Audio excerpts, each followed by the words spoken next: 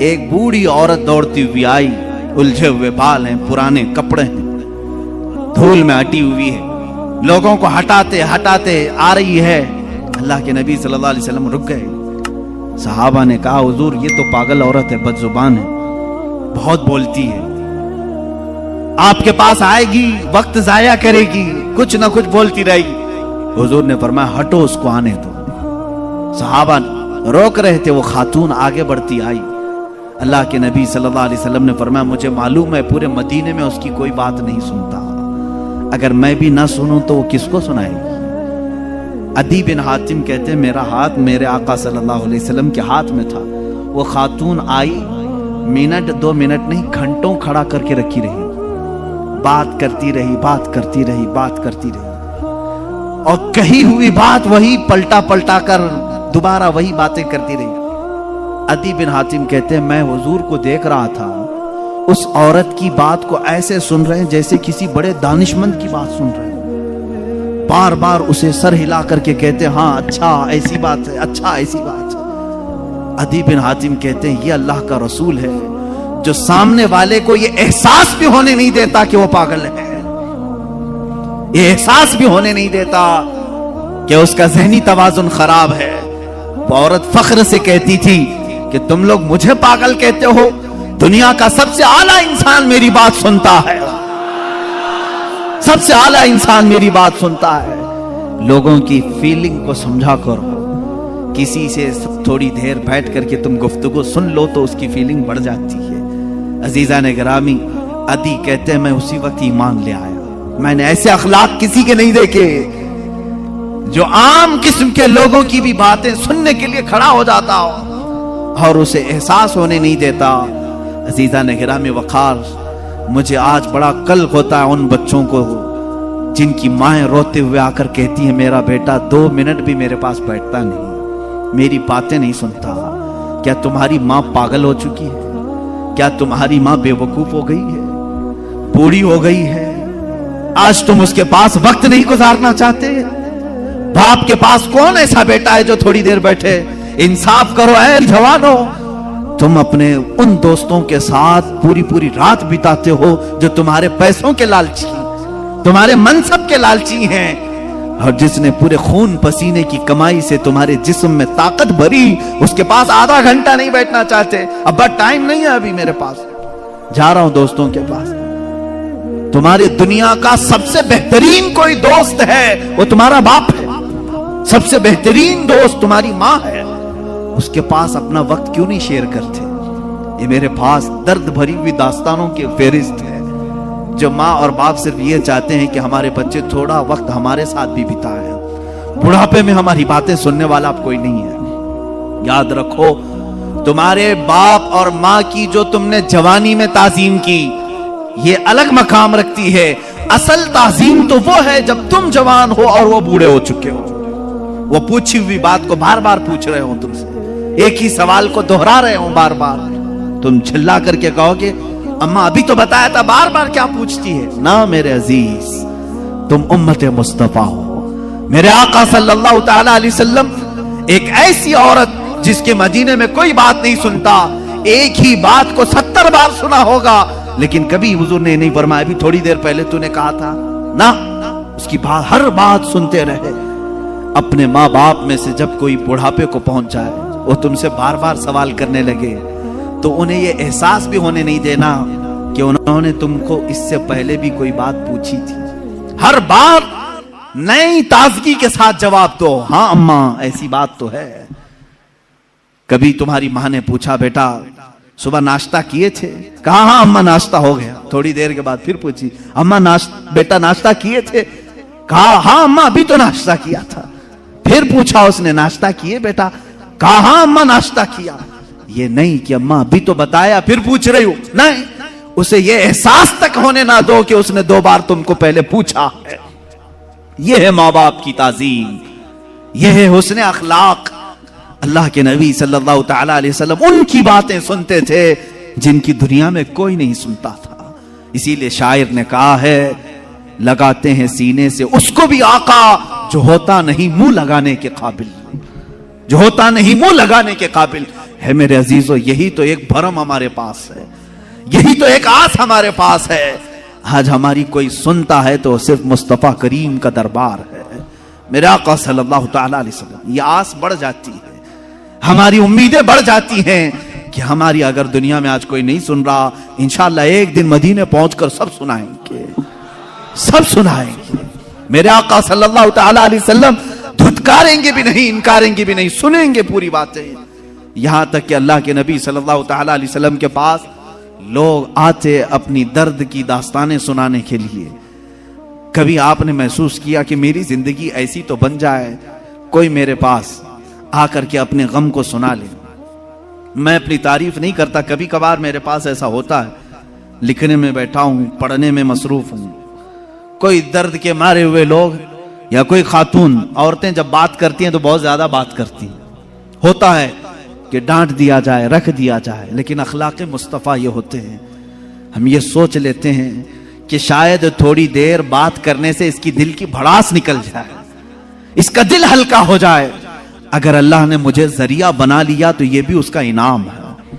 بنو اس طرح سے کہ تمہیں کوئی اپنا درد سنا سکے، تمہارے کندھے پر سر رکھ کر کے رو کر اپنا ہلکان کر سکے، دو آنسو تمہارے سامنے بہا لے تو اسے ہلکا لگنے لگے۔ یہ نہیں کہ تم ہر ایک سے جی چھڑاتے ہوئے، جان چھڑاتے ہوئے بھاگتے رہو۔ کتنی مائیں آج تمہارے انتظار میں ان جوانوں کی۔ میں نے شاید اسے قبل بھی کہا ہو اپنی تقریروں میں، پھر میں آج دہراتا ہوں۔ ایک نوجوان ہے، آج بھی میں بچوں سے کہتا ہوں وقت کو غنیمت جانو میرے عزیز بچوں، جو اللہ نے تمہیں ماں باپ کی دولت سے نوازا ہے یہ دوبارہ نہیں ملتے۔ ایک بار ان کا جنازہ نکل جاتا ہے تو دنیا میں اندھیرا چھا جاتا ہے، پھر دوبارہ باپ کی جیسی کوئی چھت بھی نہیں ملتی اور ماں کی جیسا کوئی سایہ بھی نہیں ملتا۔ یہ یاد رکھنا ہمیشہ۔ ایک نوجوان کو میں نے دیکھا تھا، وہ بڑا عیاش طبیعت کا تھا، ماں بیوہ ہے، بہت پہلے ہی شوہر کا انتقال ہو گیا تھا، بچہ صرف 4 سال کا تھا یا چھوٹا سا تھا۔ جب سے وہ گھروں کے کام کر کر کے اپنے بچے کو پالتی تھی، جوان ہوا تو اوباشوں کی صحبت میں لگ گیا، بدماشوں کی صحبت میں آ گیا۔ ماں کو اب اس سے بڑا دھچکا اور کیا لگے۔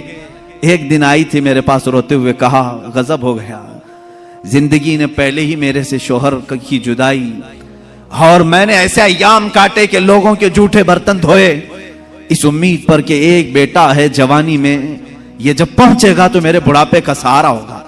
لیکن مفتی صاحب ایسا ہو گیا کہ میرا بیٹا بدماشوں کی صحبت میں چلا گیا، اب میرا وہ آخری سہارا بھی ختم ہے، میں کس کے پاس جاؤں؟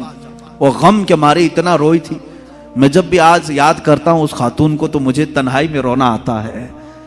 میں جتنی کوشش ہو سکی، میں کوئی بہت بڑا مؤثر آدمی نہیں ہوں، ایک چھوٹا طالب علم، سوچا کہ اس نوجوان بچے کو بلاؤں، اس کے ساتھ میں نے تھوڑا وقت گزارا، اسے سمجھایا تیری ماں کی قدر و قیمت کیا ہے، وہ ایک بیوہ ہے، ایک بیوہ ہے، وہ 4 عورتوں کے ساتھ بیٹھنے میں شرم کرتی ہے، کیا تو اپنی ماں کے ساتھ وقت نہیں بتاتا؟ دنیا میں تیرے دوست ہوں گے، تجھے دوست چھوڑ کر کے جائیں تو تجھے کتنی تکلیف ہوتی ہے۔ تو سوچ اپنی ماں کو، اس کے تو کوئی دوست نہیں، اور اس کا بیٹا بھی اس کو رات اکیلا چھوڑ کر جاتا ہے۔ وہ رویا میرے پاس، کہا کہ حضرت میں وعدہ کرتا ہوں اپنی ماں کے لیے میں کام کروں گا۔ میں نے سمجھایا، دوسرے دن کہا میں نوکری کے لیے تلاش میں چلتا ہوں۔ مجھے وہ بات آج بھی یاد ہے، تقریباً 6-7 سال ہو گئے ہوں گے۔ وہ نوجوان ہے ابھی بھی، وہ سنتا بھی ہوگا۔ اس نے کہا اماں سے میں کہتا ہوں میں نوکری کرتا ہوں۔ ماں اس دن بڑی خوش ہوئی، کہا حضرت آپ نے میرے بچے کو سیدھے راستے پر لانے میں بڑی میری مدد کی ہے، بس زندگی کی ایک ہی خواہش رہ گئی ہے کہ میں اپنے بیٹے کی کمائی کھا لوں، میرا بیٹا کما کر کے لایا ہو میں وہ کھا لوں۔ زندگی پر لوگوں کے جھوٹے برتن دھو دھو کر کے بچے کو پالا ہے، ایک بار میرا بیٹا کھلائے مجھے۔ وہ اس آس میں رہی، وہ بنگلور یا کہیں کسی علاقے میں نوکری پر گیا، مہینہ گزرا تھا، تنخواہ آئی اس کی۔ اس نے کہا تنخواہ سنبھال کر، پہلی تنخواہ میں اپنی ماں کو لے کے جاتا ہوں۔ وہ پورا اپنی تنخواہ، اپنی سیلری لے کر کے گاؤں پہنچا تھا، اسے پتا ہی نہیں تھا اس کے گھر کے پاس بھیڑ جمع ہوئی تھی، جب اس نے دیکھا تو لوگوں نے کہا کہ تیری ماں کا رات میں انتقال ہو چکا۔ اس نے وہ پیسوں کا لفافہ اپنی ماں کے قدموں میں رکھا۔ آج تک جب کبھی وہ ملتا ہے تو پھوٹ کر روتا ہے، کہتا ہے میری ماں اسی آس میں دنیا سے چلی گئی کہ بیٹے کی ایک کمائی کھا لوں، لیکن مجھ سے زیادہ بدنصیب کون ہے اس دنیا میں جو ماں کے کمائے ہوئے جھوٹے برتن کو دھوئے ہوئے کمائی تو کھا لیا، اپنے ہاتھوں کا ایک لقمہ میں اپنی بیوہ ماں کو کھلا نہیں سکا۔ اے نوجوانوں، کیا اسی کا نام زندگی ہے؟ کیا اسی کا نام ایمان ہے؟ تمہارے اخلاق تو وہ ہونے چاہیے کہ تم باہر جاؤ تو تمہارے ماں باپ تمہارے اخلاق پر فخر کریں، تمہاری ایک ایک کمائی کے لیے وہ آج بھی انتظار میں ہے۔ ایک بات یاد رکھنا، ماں باپ لالچی نہیں ہیں تمہارے، لیکن صرف ان کی خواہش یہ ہوتی ہے کہ بیٹا اپنے پیروں پر کھڑا ہو جائے۔ جب مرغی اپنے چوزوں کو خود کھاتے ہوئے دیکھتی ہے تو خوش ہو جاتی ہے، پہلے چونچ سے دانے توڑ توڑ کے کھلاتی رہتی ہے، لیکن جب بچے کھانے کے لائق ہو جاتے ہیں تو خوش ہوتی ہے۔ کیا تمہارے ماں باپ کو اتنی بھی خوشی نہیں دینا چاہتے ہو؟ آج اتنا بھی انہیں سکون نہیں دینا چاہتے؟ جنہوں نے ماں باپ کے ساتھ بدتمیزیاں کی ہیں انہوں نے دنیا میں اپنی جہنم خریدی ہے۔ اللہ کے نبی صلی اللہ تعالی علیہ وسلم سے کسی نے پوچھا ماں باپ کیا ہیں؟ حضور نے فرمایا وہ تیری جنت بھی ہے تیری دوزخ بھی ہے، وہ تیری جنت بھی ہے تیری دوزخ بھی ہے۔ جس نے ماں باپ کے ساتھ برا سلوک کیا اس نے دنیا میں دوزخ خرید لی ہے۔ اللہ کے نبی صلی اللہ علیہ وسلم نے یہاں تک فرمایا میں تو چاہتا ہوں کہ جس گھر میں والدین کا نافرمان ہو اس کے گھر کو آگ لگا دوں، دنیا میں آگ لگا دوں۔ یہ بات یہاں سے نکلی تھی کہ تم امت مصطفیٰ ہو، میرے آقا کے اخلاق تو یہ تھے۔ عام خاتون جو دنیا کی ہے، مدینے کی گلیوں میں بوڑھی عورت ہے، پھٹے کپڑے ہیں، الجھے بال ہیں، اس کی بات سننے کے لیے پورے کائنات کا آقا کھڑا ہو سکتا ہے۔ تو ہے میرے عزیز، تم اپنی ماں کے لیے تھوڑا سا وقت نہیں نکال سکتے؟ اپنی ماں کے پاس وقت گزارو۔ میں سمجھتا ہوں دنیا کا عظیم وقت ہے، دنیا کا عظیم وقت ہے۔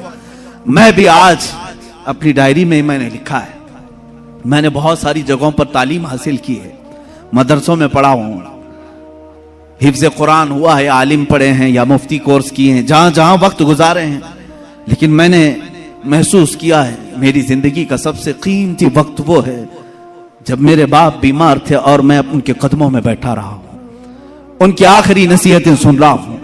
اس سے بہتر وقت ہماری زندگی میں نہیں آیا۔ ایک میرے استاد گرامی مرشد گرامی کے پاس گزارا ہوا وقت، وہ میری زندگی کا لب لباب حاصل کلام ہے۔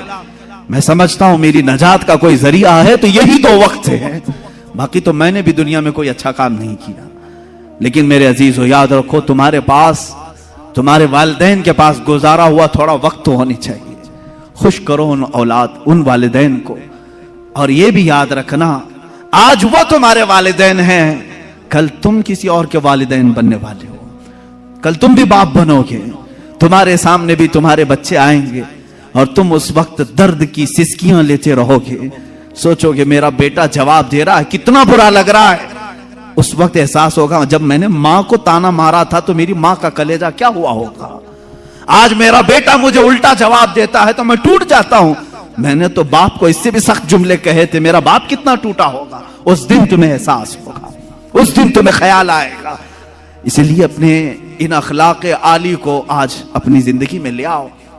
میرے آقا صلی اللہ تعالی علیہ وسلم کے اخلاق کریمانہ پر گفتگو کرنی تھی، مگر میں بیچ میں یہاں پر تھوڑی سی گفتگو کے لیے رک گیا۔ بہرحال اللہ کے حبیب صلی اللہ تعالی علیہ وسلم کے اخلاق کریمانہ یہ کہ کمزوروں میں آپ نے زندگی گزاری، ہر کمزور کی بات سنتے رہے۔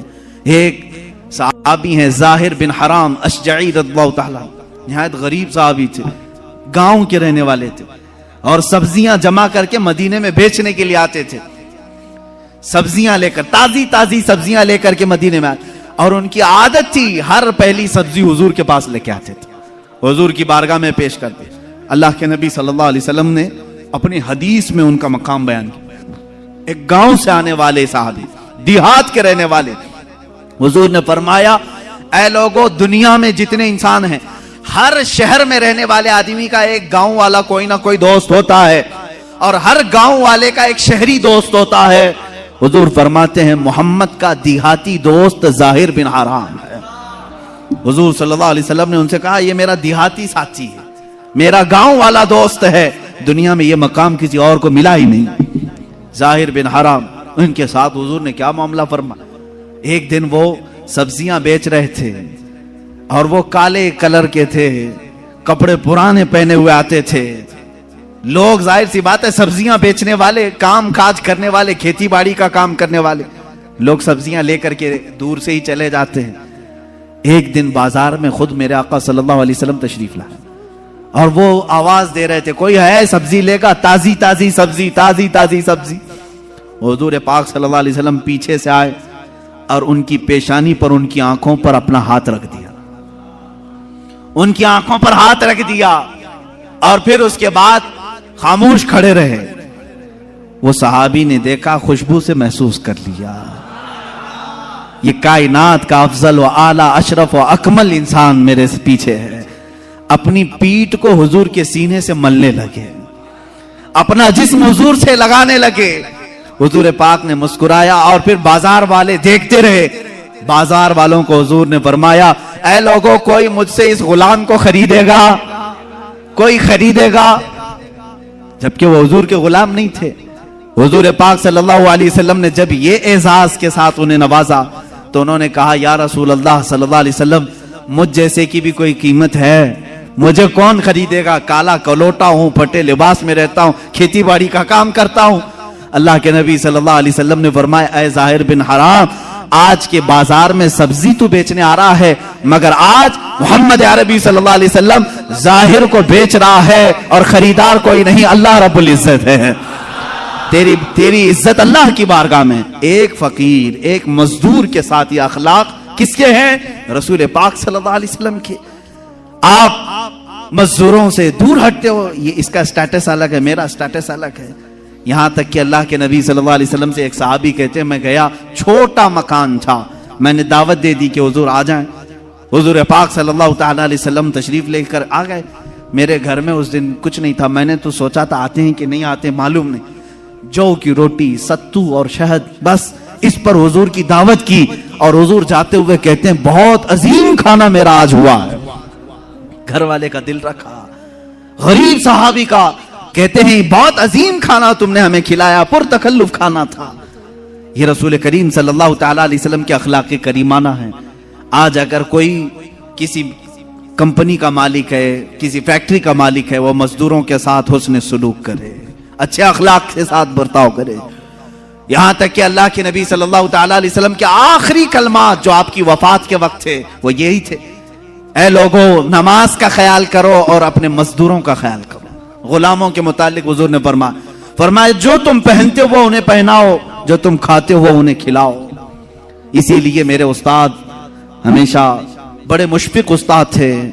جب وہ کھانے کے لیے بیٹھتے تھے تو اپنے دسترخوان پر ہم کو بھی شامل کرتے تھے اور کہتے ہم ڈر کر کے دور ہٹتے تو کہتے یہ اخلاق مصطفیٰ ہے, آقا اور غلام ایک دسترخوان پر بیٹھے ہیں, استاد اور شاگرد ایک دسترخوان پر بیٹھے ہیں, اس میں کوئی تکلف نہیں. میرا دسترخوان الگ ہونا چاہیے, شاگردوں کا الگ ہونا چاہیے, ہمارا سٹیٹس الگ ہے, وہ مزدوروں کا الگ ہونا چاہیے, سب ایک ساتھ بیٹھیں. یہ امت مصطفیٰ کے اخلاق ہیں.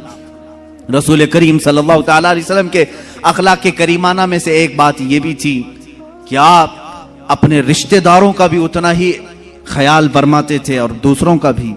یہاں تک کہ ایک مرتبہ حضور صلی اللہ تعالی علیہ وسلم کی بارگاہ میں ایک خاتون آئی, صحابہ بیٹھے ہوئے تھے, حضور کھڑے ہو گئے, اپنی چادر نکالی اور زمین پر بچھایا. وہ خاتون آئی, بیٹھی, حضور پاک صلی اللہ تعالی علیہ وسلم دو زانو ہو کر ان کے پاس بیٹھے اس خاتون کے اور سنتے رہے باتیں. یہاں تک کہ بہت دیر کے بعد وہ خاتون اٹھی, حضور نے بہت ساری بکریاں اس خاتون کو تحفے میں دی, وہ جانے لگی. صحابہ نے کہا یا رسول اللہ صلی اللہ علیہ وسلم اتنی تعظیم کسی عورت کی ہم نے نہیں دیکھی. حضور پاک صلی اللہ علیہ وسلم نے فرمایا اے میرے صحابہ, وہ مجھے دودھ پلانے والی ماں حلیمہ سعدیہ تھیں, مجھے اس نے 2 سال دودھ پلائے ہیں. جو صرف رضائی ماں ہے اس کا ادب میرے آقا اس قدر فرماتے تھے. اپنی چادر پاک بچھائی اور ان کے سامنے دو زانو ہو کر بیٹھے رہے. یہاں پیدا کی ہوئی ماں کے ساتھ برا سلوک کیا جاتا ہے. ایک بار حضرت شیمہ آئی، حضور صلی اللہ علیہ وسلم کی دودھ شریک بہن حضرت حلیمہ سعدیہ کی بیٹی، رسول کریم صلی اللہ تعالی علیہ وسلم نے ان کے لیے اتنا اعزاز کیا کہ ان کی دعوت فرمائی، ان کو تحفے دیے، ہدیے دیے اور عزت کے ساتھ انہیں رخصت کیا۔ حضرت شیمہ اپنے قبیلے میں آئی بہت سارا مال لے کر کے۔ لوگوں نے پوچھا کہاں سے آئی شیمہ، پہلی بار تیرے پاس اتنی برکت دیکھ رہی ہیں؟ شیمہ نے کہا برکت والے میرے بڑے بھائی کے پاس سے آ رہی ہوں، وہ رضائی بھائی تھے رسول کریم صلی اللہ علیہ وسلم کے۔ کیا ہم بھی اپنی بہنوں کا ایسا ادب کرتے ہیں؟ وہ حضور کی سگی بہن نہیں تھی، دودھ شریک بہن تھی۔ تمہارے گھروں میں بہنیں آئیں تو اچھا کھانا کھلاؤ، اچھا پکاؤ، انہیں عزت کے ساتھ رخصت کرو۔ بہنیں تمہاری دوسرے گھر بھی آئی گئی ہیں، یہ نہیں کہ ناک بھاؤں سکیڑ لیا اور ماتھا چڑھا لیا، آئی ہے پتہ نہیں گھر میں کیا ہو جائے گا، کچھ نہیں۔ ہر مرد کو چاہیے وہ اپنی بہنوں کا ادب بھی کریں، ان کے ساتھ عزت کے ساتھ پیش آئیں۔ یہ میرے آقا کے اخلاق کریمانہ میں سے ہے، رسول پاک کے اخلاق میں سے ہے۔ ایک بار غریبوں کا حق دلانا یہ میرے آقا کی شان تھی۔ کون ہے آج کے زمانے میں جو مظلوموں کی آواز اٹھا سکے؟ اے میرے عزیزو، اگر تم رسول اللہ کے سچے امتی ہو تو مظلوموں کی آواز اٹھانے والے بن جاؤ۔ ہم جو یہاں سے منبر سے آواز اٹھاتے ہیں یہ ہماری اپنی آواز نہیں، میں تو یہی سمجھتا ہوں جو میرے نبی سے ہم نے سیکھا ہے وہی آواز اٹھائیں گے۔ مکہ مکرمہ میں زبید ایک علاقہ ہے یمن کا، وہاں سے ایک شخص آیا، 3 اونٹ لے کر کے آیا، بہت خوبصورت اونٹ تھے۔ وہ زبیدی شخص تھا، وہ مکہ میں آیا اور اونٹ بیچنے کے لیے پورے بازار میں اس سے حسین و جمیل اونٹ تھے ہی نہیں۔ اب اس نے قیمت لگائی، مہنگے بھی تھے، اس کا ارادہ یہ تھا کہ اچھی قیمت لے کر کے واپس جاؤں گا، لیکن مکہ میں ابو جہل کی دادا گیری بھی چلتی تھی، گنڈا گردی تھی، وہ گنڈا تھا مکے کا اور اس کی بات پر لوگ ڈرتے بھی تھے، اور اسی لیے ہم کہتے ہیں گنڈا گردی مت کرو، اس لیے کہ ابو جہل کی تم ذریت میں نہیں ہو، تم مصطفیٰ کی امت میں ہو۔ میرے آقا صلی اللہ تعالی علیہ وسلم گنڈوں کو ان کے مقام تک پہنچا بھی دیا کرتے تھے، دادا گیری کرنے والے۔ ابو جہل گیا اور پوچھا کیا قیمت ہے اس کی؟ تو زبیدی نے کہا جو بھی قیمت لگایا 1,000 دینار، بہت مہنگے اونٹ تھے، 1,000 دینار۔ ابو جہل نے کہا یہ تینوں اونٹوں کی جو قیمت ہے نا اس کا 1/3 میں دوں گا بس، یعنی 1,000 دینار میں پورے اونٹ دے دے بس، اس سے زیادہ نہیں۔ اب ابو جہل اتنی کم قیمت لگایا تھا جو مکہ کے بازار میں بھی نہیں تھی، اس کا حق مار رہا تھا جو یمن سے بازار میں بیچنے آیا تھا۔ لیکن بات یہ تھی کہ ابو جہل کی قیمت کے بعد پھر دوسرا کوئی قیمت لگانے کو تیار بھی نہیں ہوتا۔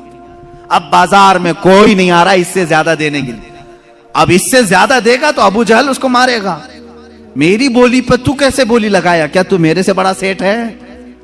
وہ زمانے کا سیٹ بھی تھا، مارتا تھا لوگوں کو۔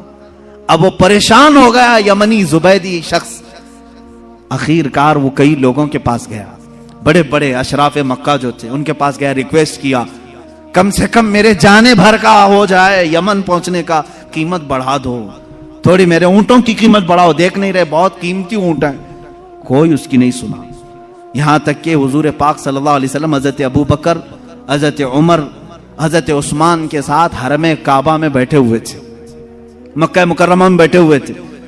وہ شخص حضور پاک صلی اللہ علیہ وسلم کے پاس سیدھا آیا اور کہا اے اہل قریش، تمہارے ہاں تجارت کے لیے کون آئے گا؟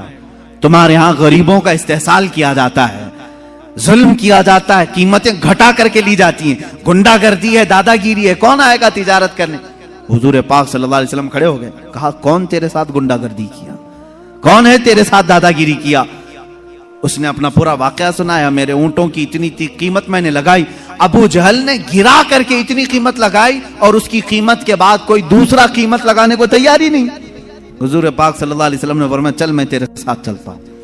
بازار میں حضور تشریف لائے، بازار میں آئے اللہ کے نبی صلی اللہ تعالی علیہ وسلم، پورے بازار میں کوئی ان اونٹوں کو خریدنے کی ہمت نہیں کر رہا ہے۔ حضور نے سارے مجمع میں پکار کر کہا تیرے اونٹوں کی کیا قیمت ہے؟ اس نے پہلے جو قیمت بتائی وہی بتائی، یہ اونٹوں کی قیمت ہے۔ اللہ کے نبی صلی اللہ علیہ وسلم نے فرمایا منظور ہے، مجھے منظور ہے۔ ابو جہل بھی کھڑا تھا، خاموش کھڑا تھا، دیکھ رہا تھا کہ کون قیمت لگائے گا۔ حضور نے لگایا، 3,000 درہم دینار دیے اور تینوں اونٹ لے لیے اور خود بازار میں کھڑے ہو گئے. اب کوئی مجھ سے اونٹ خریدے گا؟ کوئی ہے جو مجھ سے اونٹ خریدے؟ حضور نے تجارت بھی سکھائی. یہاں تک کہ حضور پاک صلی اللہ تعالی علیہ وسلم نے 2 اونٹوں کی قیمت وہ رکھی جو اس نے 3 اونٹوں کی رکھی تھی, بڑا کر کے.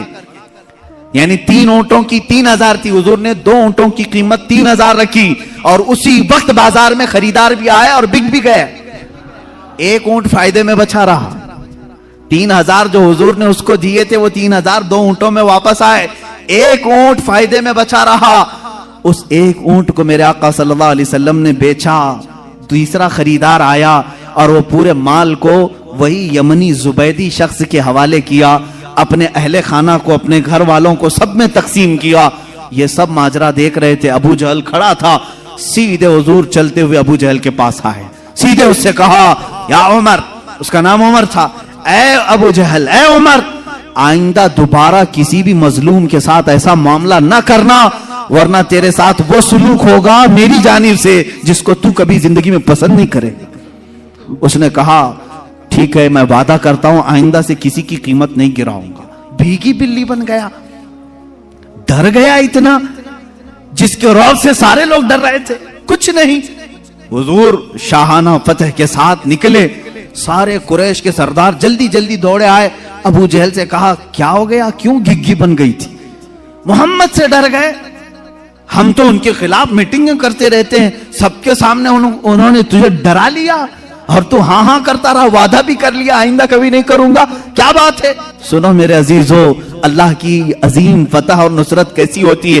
ابو جہل کہتا ہے لوگوں کیا بتاؤں, بات یہ ہے کہ محمد کی بات کو میں انکار کر سکتا تھا, لیکن جب وہ میرے سامنے بات کرنے کے لیے آئے تو میں نے دیکھا ادھر 500 ادھر 500 نیزہ لے کر کوئی لوگ کھڑے ہوئے تھے. اگر میں انکار کرتا سارے نیزے میرے اوپر آ جاتے تھے. اتنی بڑی جماعت محمد اکیلے لے کر کے آئے ہیں, میں مانتا نہ کیا کرتا, یہاں مانوں نہ تو کیا کروں, میری جان تو نہیں دے سکتا تھا. میں مان لیا. جیسے ہی میں مان لیا وہ جماعت بھی غائب ہوئی, محمد بھی چلے گئے. مجھے معلوم تھا کہ محمد کوئی جماعت لے کر کے آئے. مکہ والوں نے کہا کوئی بھی جماعت نہیں تھی, وہ اکیلے آئے تھے. میرے عزیزو یہ اللہ کی فتح ہے. کمزوروں کے حق دلانے کے لیے جو کھڑا ہوتا ہے اللہ اپنے فرشتوں کو اس کا حامی بنا کر بھیجتا. تم آواز اٹھاؤ غریبوں کے لیے, آواز اٹھاؤ مظلوموں کے لیے, آواز اٹھاؤ کمزوروں کے لیے. یہ نہ دیکھو کہ تمہاری آواز کتنی ہے, تم کتنی حیثیت رکھتے ہو. آج مجھے بھی معلوم ہے میری کوئی حیثیت نہیں, میرے گھر کی کوئی ویلیو نہیں, میرے پاس کچھ نہیں, صرف اس لیے بولتا ہوں شاید اللہ رب العزت میرے نبی کے صدقے کوئی نصرت کی فوج ضرور بھیجے گا جو کمزوروں کے لیے آواز اٹھائے گا. میرے نبی کے لیے جیسے اللہ نے مدد بھیجی, اپنی امید کی امت کے لیے بھی ضرور وہ مدد نازل کرے گا. اے مسلمانوں, میرا یہی میسج تھا, اللہ کے حبیب کے اخلاق کو اپنا لو. اللہ کے رسول صلی اللہ تعالی علیہ وسلم سے عظیم اخلاق کسی اور کے نہیں ہیں.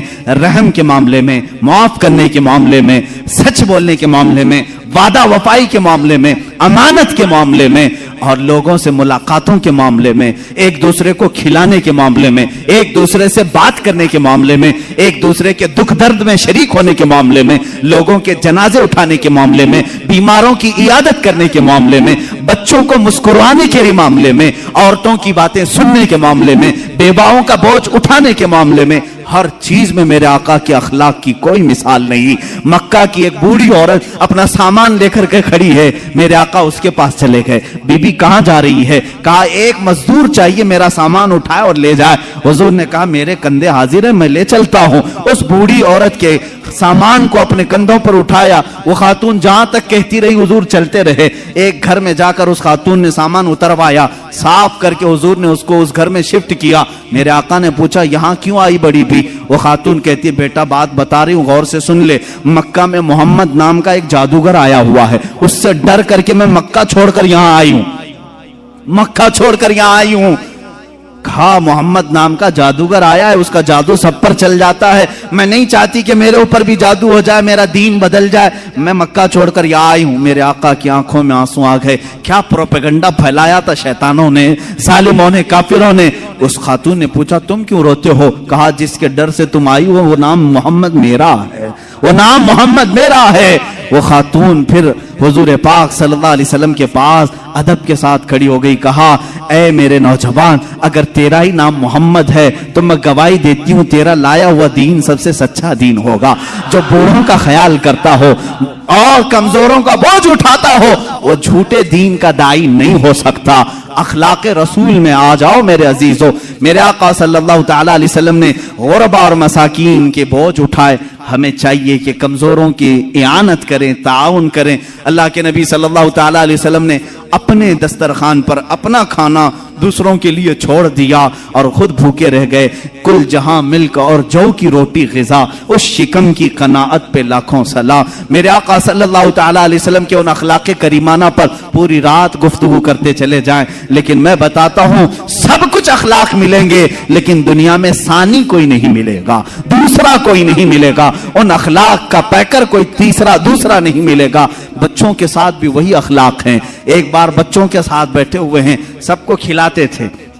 جب بھی حضور تجارت سے آتے تھے, کیفیت صحابہ بتاتے ہیں, حضور مدینے میں انٹر ہو رہے ہیں یا مکہ میں داخل ہو رہے ہیں تجارت کے بعد, حضور صلی اللہ علیہ وسلم پورے محلے کے بچے بھاگتے ہوئے حضور کے پاس آتے. کوئی جبے سے لٹک گیا, کوئی کندھے سے لٹک گیا, کوئی کہاں لباس پکڑا ہوا ہے, حضور کسی کو روکتے نہیں, سارے بچوں کے ساتھ آتے اور تجارت میں ان کے لیے کچھ نہ کچھ لائے ہوتے, سب بچوں کو وہ گفٹ دیتے اور سب ہنسی خوشی چلے جاتے. ایک صحابیاں ام خالد, چھوٹی بچی ہیں, حضور صلی اللہ تعالی علیہ وسلم صحابہ کو کچھ بیان کر رہے ہیں, وہ چلتی ہوئی آئی, حضور کی چادر نکالی, پیچھے حضور کی مہر نبوت ہے, اس سے کھیلنے لگی. وہ نہایت ہی خوبصورت مہر نبوت تھی. ماں باپ نے ڈانٹ کر کے کہا بچی سے, ام خالد سے ہٹ جا. رسول اللہ کے کندھے کے پاس پہنچ گئی. حضور نے فرمایا داہا تلعبو, چھوڑو اسے کھیلنے دو میرے ساتھ.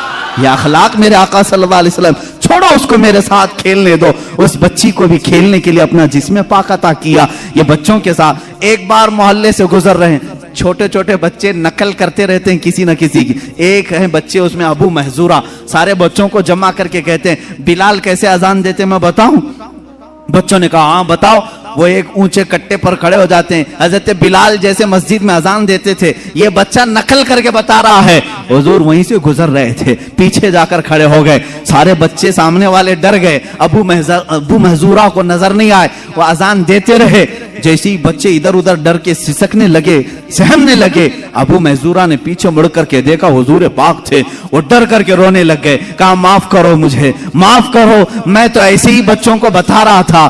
ظاہر سی بات ہے کسی کی نقل کرتے ہوئے پکڑا جائے, دوسرے لوگ مار ڈالیں اسے, بدتمیز بد اخلاق نہیں. میرے آقا نے کہا آؤ ادھر, مسجد نبوی لے آئے اور اونچے ٹیلے پر کھڑا کیا. کہا جیسے نقل کر رہے تھے پھر کر کے دکھاؤ, پھر کر کے دکھاؤ بلال کیسی اذان دیتے ہیں. ابو محذورہ نے جب دیکھا میں نے غلط نہیں کیا تھا, اب خوشی کے مارے اذان دینے لگے. جانتے ہو وہ 8 سال کی عمر کے تھے ابو محذورہ. میرے آقا صلی اللہ تعالی علیہ وسلم نے اذان دینے لگوایا, اس صحابی کی زندگی بدل گئی. 60 سال تک مسجد حرم میں اذان دیتے رہے. اور حضور نے فرمایا ابو محذورہ کی اذان اللہ کو پسند ہے. عزیزان گرامی, یہ بچوں کے ساتھ یہ اخلاق ہیں, بچیوں کے ساتھ یہ اخلاق ہیں, بوڑھوں کے ساتھ یہ اخلاق ہیں. اسی لیے اعلیٰ حضرت امام اہل سنت فاضل بریلوی رضی اللہ تعالیٰ عنہ فرماتے ہیں تیرے خلق کو رب نے جمیل کیا, تیرے خلق کو حق نے عظیم کہا, کوئی تجھ سا ہوا ہے نہ ہوگا شہا, تیرے خالق حسن و ادا کی قسم, یہ خدا نے ہے مرتبے تجھ کو دیا, کوئی تجھ سا ہوا ہے نہ ہوگا شہا, یہ خدا نے ہے مرتبے تجھ کو دیا, کوئی تجھ سا ہوا ہے نہ ہوگا شہا, کہ کلام مجید نے کھائی شہا, تیرے شہر و کلام و بقا. تیرے خلق کو رب نے جمیل کیا, تیرے خلق کو رب نے عظیم کہا, کوئی تجھ سا ہوا ہے نہ ہوگا شہا, تیرے خالق حسن و ادا کی قسم. یہ خدا نے ہے مرتبے تجھ کو دیا, نہ کسی کو ملا ہے نہ کسی کو ملے, کہ قرآن مجید نے کھائی شہا, تیرے شہر و کلام و بقا کی قسم. عزیزان گرامی وقار, قرآن عظیم خود اللہ کے حبیب صلی اللہ تعالی علیہ وسلم کے اخلاق عظیمہ کی گواہی دے رہا ہے. میں آپ کو یوں بتا دوں کہ انسان صرف ایک جسم اور صورت کا نام نہیں ہے, انسان اچھی عادتیں اور اچھے اخلاق کا پیکر ہو تو وہ انسان کہلایا جاتا ہے. اور انسان کی سب سے عظیم چیز جو اسے ممتاز کرتی ہے، عزت بخشتی ہے، اس کے وہ اچھے عادات ہیں، اس کے اچھے اخلاق ہیں. جس کو آپ کیریکٹر کہیں، عادتیں کہیں، اور جبلت کہیں، خصلت کہیں، یہ وہ تمام چیزیں ہیں جس میں انسان ڈھل کر کے سارے لوگوں میں ممتاز بنتا ہے. اسی لیے قرآن نے بھی افضلیت کا جو معیار رکھا ہے وہ نہ رنگ پہ رکھا، نہ نسل پہ رکھا، اور نہ مال پہ، نہ جائیداد پہ. قرآن عظیم نے کہیں پر افضل ہونے کا جو معیار رکھا ہے وہ یوں نہیں کہا کہ تم میں جو سب سے گورا ہے وہ سب سے عزت والا ہے. اللہ نے یہ نہیں فرمایا کہ تم میں جس کے پاس زیادہ مال ہے وہ عزت والا ہے. نہ ہی عمر کو رکھا گیا، کسی چیز کو نہیں. ہاں قرآن نے کہا ان اکرمکم عند اللہ اتقاکم، تقوی کو رکھا ہے کہ بے شک تمہاری جماعت میں سب سے افضل اللہ کے نزدیک وہ بندہ ہے جس کا تقوی زیادہ ہے. تقوی یہ اخلاق حسنہ کی چیز ہے. اخلاق کسے کہتے ہیں پہلے یہ سمجھ لیں، پھر ہم اخلاق مصطفیٰ پر بات کریں. انسان جب دنیا میں آیا ہے تو اس کے جینے کے انداز یہ بتاتے ہیں کہ اس میں کچھ اچھی چیزیں ہیں اور کچھ بری چیزیں ہیں. مثال کے طور پر اگر وہ مسکراتا ہے تو اچھا لگتا ہے، وہی اگر کسی پر تماچے لگاتا ہے تو برا لگتا ہے. انسان کی آنکھیں ہی دو طرح کی نظر آتی ہیں. دیکھنے میں آپ خود محسوس کر لیں گے کسی کے ساتھ، اگر وہ پھیلی ہوئی آنکھوں سے تمہیں دیکھے تو لگتا ہے کہ اس کے اندر رحم کا دریا زیادہ ہے، اور وہی وہ گھور کر کے دیکھنے لگے تو ایسا لگتا ہے کہ اکڑ مزاج کا آدمی ہے. یہی ہے اخلاق جو انسان کے مزاج کو بدل دیتے ہیں. گفتگو کرنے کا انداز یہ اخلاق میں سے آتا ہے. بات کرو کسی کے سامنے بیٹھ کر 5 منٹ، پتہ چلے گا اگر نرم گفتگو کرتا ہے تو اس کی طبیعت معلوم پڑ جاتی ہے. سخت گفتگو کرتا ہے اسی وقت آپ کترانے لگتے ہیں اور محفل سے اٹھنے کی کوشش کرتے ہیں. انسان کی گفتگو بھی اس کے اخلاق میں سے ہے، اس کا دیکھنا بھی اس کے اخلاق میں سے ہے، اس کا مسکرانا بھی اس کے اخلاق میں سے ہے. اسی لیے میرے آقا صلی اللہ تعالی علیہ وسلم کی بارگاہ میں ایک صحابی آئے اور انہوں نے پوچھا، یا رسول اللہ صلی اللہ تعالی علیہ وسلم، اللہ نے انسان کو جو نعمتیں دی ہیں الگ الگ نعمتوں سے نوازا ہے، اس لیے کہ سب سے زیادہ نعمتیں انسان کو ملی ہیں. تو حضور صلی اللہ تعالی علیہ وسلم سے اس صحابی نے پوچھا، آقا انسان کو ملی ہوئی نعمتوں میں سب سے بڑی نعمت کیا ہے؟ سب سے بڑی نعمت کیا ہے؟ حضور پاک صلی اللہ تعالی علیہ وسلم نے فرمایا، نیک اخلاق اسے ملے ہوں تو یہ اللہ کی سب سے بڑی نعمت ہے، سب سے حسین نعمت ہے اس کے پاس. اسی لیے لقمان حکیم سے بھی پوچھا گیا، دنیا کے اس حکیم کا تذکرہ کر رہا ہوں جس کو قرآن نے بھی بیان کیا ہے.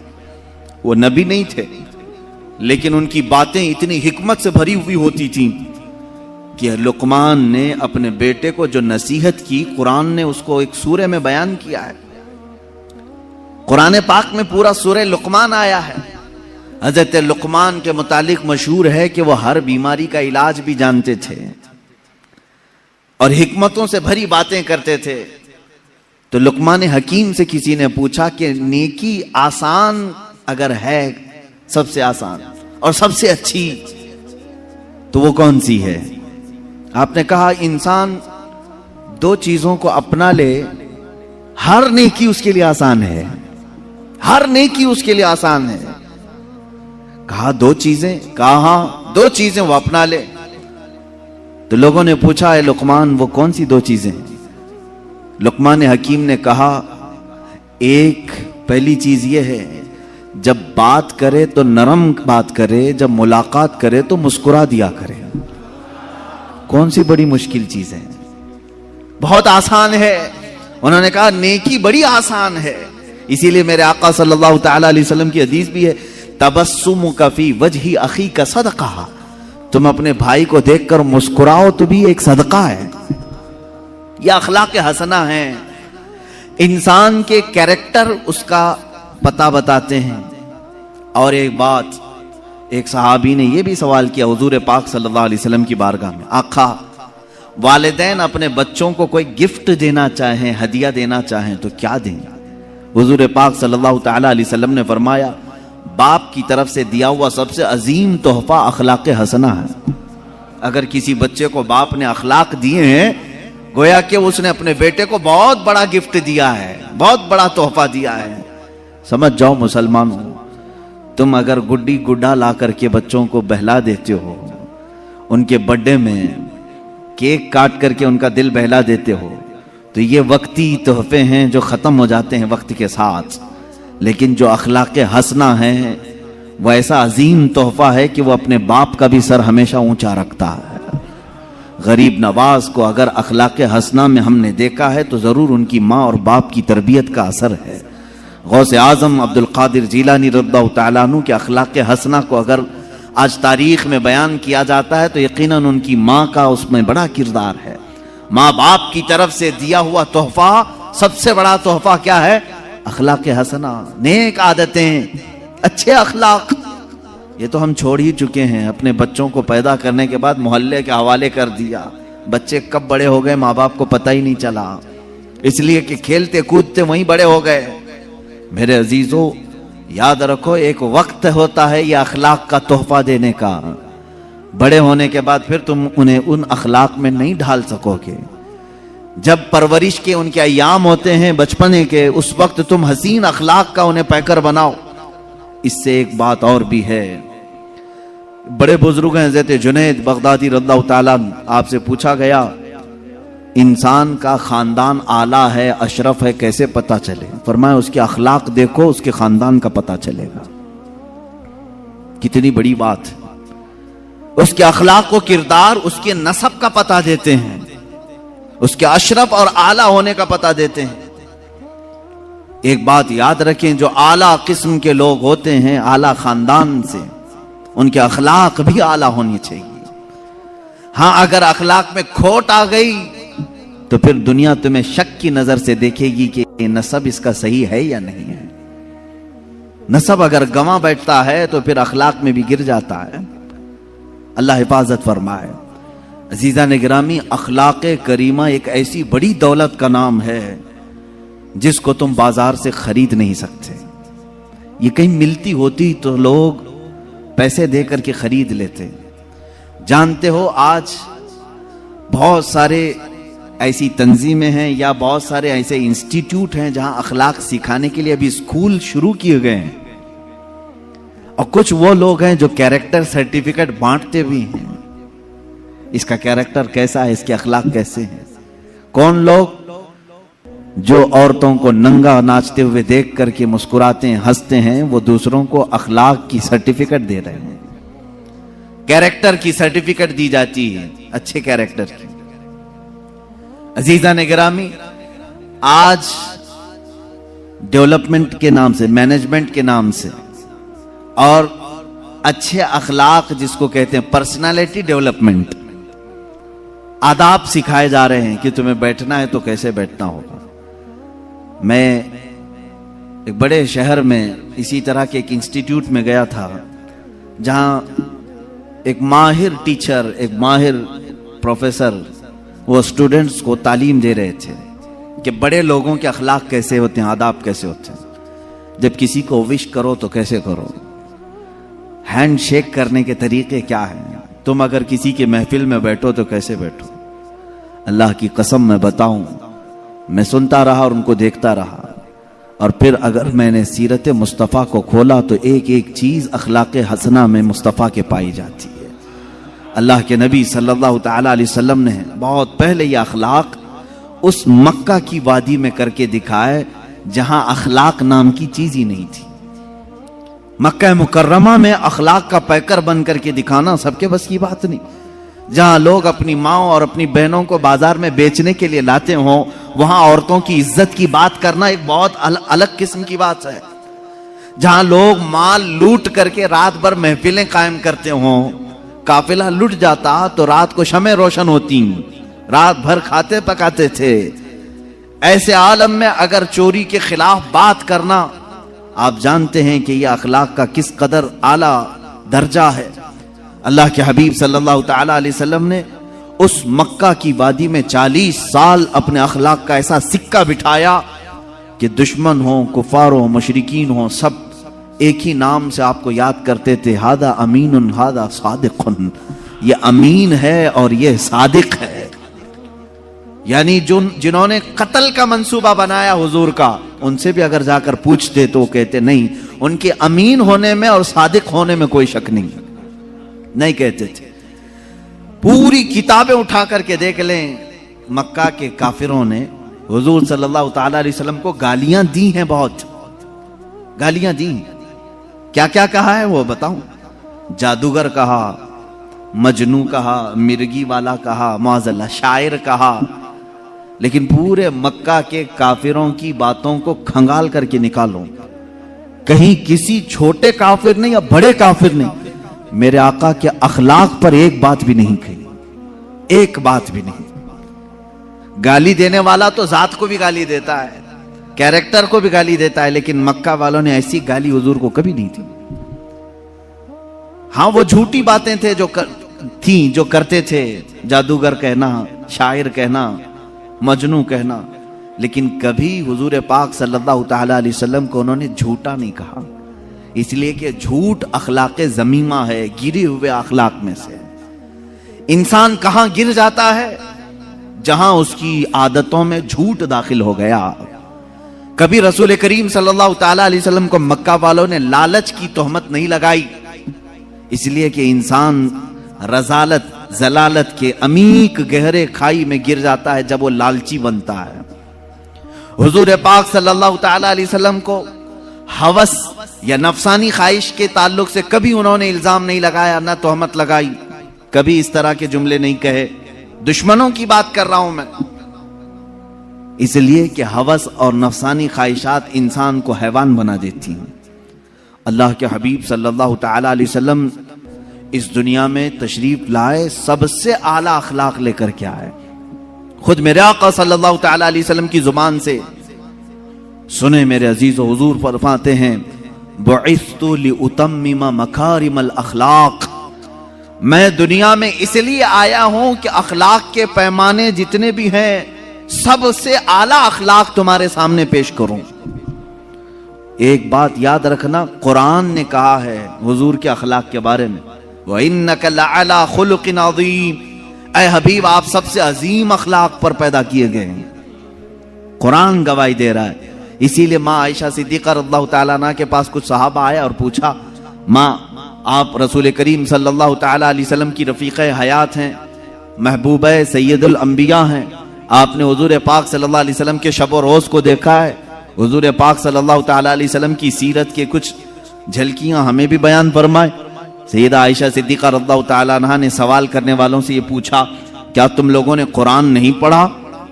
قرآن نہیں پڑھا؟ انہوں نے کہا ہم نے قرآن پڑھا ہے، ہم بات کر رہے ہیں، آپ سے سوال کر رہے ہیں حضور پاک کے اخلاق کے۔ ماں عائشہ صدیقہ رضی اللہ تعالیٰ عنہ فرماتی ہیں، کان خلقہ القرآن، قرآن پڑھو، یہی سارے اخلاق میرے مصطفیٰ کے ہیں۔ قرآن سے ہٹے ہوئے ایک بھی عادت اللہ کے حبیب صلی اللہ تعالیٰ علیہ وسلم کی ذات میں نہیں ہے۔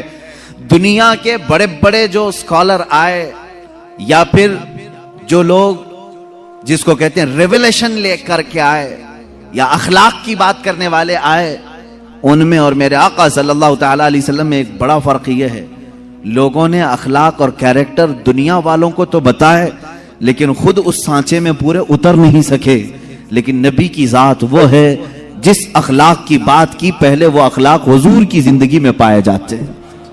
سچ بولنے کا حکم فرمایا حضور پاک صلی اللہ علیہ وسلم نے، پوری 63 سالہ زندگی کا ایک دن ایک لمحہ کسی نے حضور صلی اللہ تعالیٰ علیہ وسلم کو جھوٹ نہ کہتے ہوئے سنا، نہ کسی کو مذاق میں بولتے ہوئے سنا، کبھی نہیں۔ حضور پاک صلی اللہ تعالیٰ علیہ وسلم کی بات تو بہت دور کی ہے میرے عزیزوں، جنہوں نے حضور کی حدیثیں بیان کی ہیں ان کی زندگی جھوٹ سے محفوظ ہے، ان کی زندگی جھوٹ سے محفوظ ہے۔ حضرت سیدنا امام بخاری رضی اللہ تعالیٰ جو بخاری شریف حضور کی حدیثیں جمع کیے ہیں، جھوٹ سے اتنا احتراز کرتے تھے، اتنا کہ اگر کسی محدث کے بارے میں ان کو معلوم ہو جاتا کہ زندگی میں کبھی انہوں نے مذاق میں بھی جھوٹ کہا ہے تو ان کے پاس وہ حدیث سننے کے لیے بھی نہیں جاتے. امام بخاری رضی اللہ تعالی نہیں جاتے. حدیث رسول بیان کرنے والوں کی یہ شان ہے کہ پوری زندگی انہوں نے جھوٹ نہیں کہا. تو رسول پاک صلی اللہ تعالی علیہ وسلم کے اخلاق کریمانہ کا کیا حال ہے؟ امام بخاری رحمۃ اللہ تعالی علیہ جو حدیثیں جمع کیے ہیں بخاری شریف میں، کتنا احتیاط، اللہ کی پناہ. ایک بڑے محدث کے بارے میں آپ کو پتا چلا کہ ان کے پاس حضور صلی اللہ تعالی علیہ وسلم کی حدیثیں ہیں. امام بخاری ان کے پاس گئے کہ ان کی زبان سے سنوں اور اپنی کتاب میں حدیث لکھوں.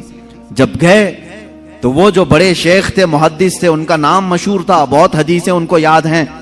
امام بخاری ان کے پاس گئے تو دیکھا ان کا گھوڑا جو ہے بدک گیا تھا، سرکش ہو گیا تھا، ہاتھ میں نہیں آ رہا تھا، اور وہ اپنے گھوڑے کو قابو میں کرنے کے لیے بہت کوششیں کر رہے تھے. گھوڑا جو ہے ہاتھ میں نہیں آ رہا تھا. انہوں نے اپنا دامن یوں اٹھایا جیسے دامن کے اندر چارہ ہو، چارہ دکھا کر کے اپنا دامن یوں کر کے گھوڑے کو بلانے لگے، آ کہہ کے. گھوڑا قریب آتا گیا. چارے کی آس میں وہ گھوڑا قریب آیا. جب وہ قریب آیا تو آپ نے دامن چھوڑ دیا، گھوڑے کی ناتی پکڑ لی، رسی پکڑ لی. امام بخاری رحمۃ اللہ تعالی علیہ وہیں سے واپس ہونے لگے. کہا کہ میں ان سے حدیث نہیں سنوں گا. اس محدث نے روکا کہ آپ آئے تھے حدیث سننے کے لیے، کیوں جا رہے؟ کہا جو اپنے گھوڑے کو جھوٹ بول سکتا ہے مجھے حدیث رسول بھی جھوٹ بول سکتا ہے، میں اس سے حدیث نہیں سنتا. میرے عزیزو، جھوٹ سے احتراز محدثین کی زندگی میں ہے. امام الانبیاء کے اخلاق تو بہت اعلیٰ ہے، اور جھوٹ سے احتراز کرنا اتنا اہم ہے میرے عزیزو، اتنی ضروری بات. ایک بات یاد رکھیں، جو جھوٹا نہیں ہوتا وہ بہت سکون سے سوتا ہے، اور جھوٹ بولنے والے کا سکون غارت رہتا ہے، ہمیشہ بے اطمینان رہتا ہے. ایک سچ کو چھپانے کے لیے اس نے جھوٹ بول دیا، لیکن اس جھوٹ کی لاج رکھنے کے لیے اس کو اور 100 جھوٹ بولنے پڑتے ہیں. اس کے علاوہ الگ الگ گڑنا پڑتا ہے. دوسرا جھوٹ، پھر تیسرا جھوٹ، پھر چوتھا جھوٹ. یہ جھوٹ اخلاق ذمیمہ ہے، گرے ہوئے اخلاق میں سے ہے. اور میرے آقا صلی اللہ تعالی علیہ وسلم کے اخلاق اس جھوٹ کے اپوزٹ ہے. حضور اکرم صلی اللہ تعالی علیہ وسلم کے لقب میں صادق نام ہے. کیا آپ نے نہیں سنا؟ حضور صادق الامین ہے. اللہ کے نبی صلی اللہ تعالی علیہ وسلم کے اخلاق کو اپناؤ میرے عزیزو، جھوٹ کو اپنی زندگی سے نکالو. یہاں تک کہ اپنے بچوں کو بھی اس کی سختی سے تاکید کرو. فارسی میں ہم نے ایک مقولہ پڑھا تھا، دروغ گورا حافظہ نہ باشد. جھوٹ بولنے والے کی یادداشت کمزور ہو جاتی ہے، اس کو یاد نہیں ہوتا. قرآن یاد کرنے والا ہو، کوئی بھی کتاب یاد کرنے والا ہو، وہ یہ سمجھ لے کہ جھوٹ بولے گا تو اس کا حافظہ کمزور ہو جائے گا، یادداشت سلامت نہیں رہتی. جھوٹ ایک ایسی نحوست ہے جو انسان کی زندگی کی طمانینت اور اس کے سکون کو غارت کر دیتی ہے. اسی لیے میرے آقا صلی اللہ تعالی علیہ وسلم کے پاس ایک شخص آیا اور اس نے کہا کہ میرے پاس بہت بری عادتیں ہیں، بہت ساری، میں بیان تو نہیں کروں گا لیکن میں سب نہیں چھوڑ سکتا. کوئی ایک چیز آپ بولیں ایک ہی چھوڑوں گا، لیکن وعدہ کر کے چھوڑوں گا. شراب پیتا ہوں، جوا کھیلتا ہوں، یا جو بھی کام ہیں، بہت ساری بری عادتیں ہیں، لیکن آپ ایک عادت کو بولے میں چھوڑ دوں گا، وعدہ کروں. حضور نے فرمایا پکا وعدہ کرے گا؟ اس نے کہا ہاں. اللہ کے نبی صلی اللہ تعالی علیہ وسلم نے فرمایا ٹھیک ہے، آج سے تو صرف جھوٹ چھوڑ دے، آج سے صرف تو جھوٹ چھوڑ دے. جب بھی میں تجھ سے سوال کروں گا تو جھوٹ نہیں بولے گا. اس نے کہا بالکل، میں نے آپ کے ہاتھ پر ہاتھ رکھا، وعدہ کر لیا. عرب کے لوگ بڑے پکے بھی ہو جاتے تھے.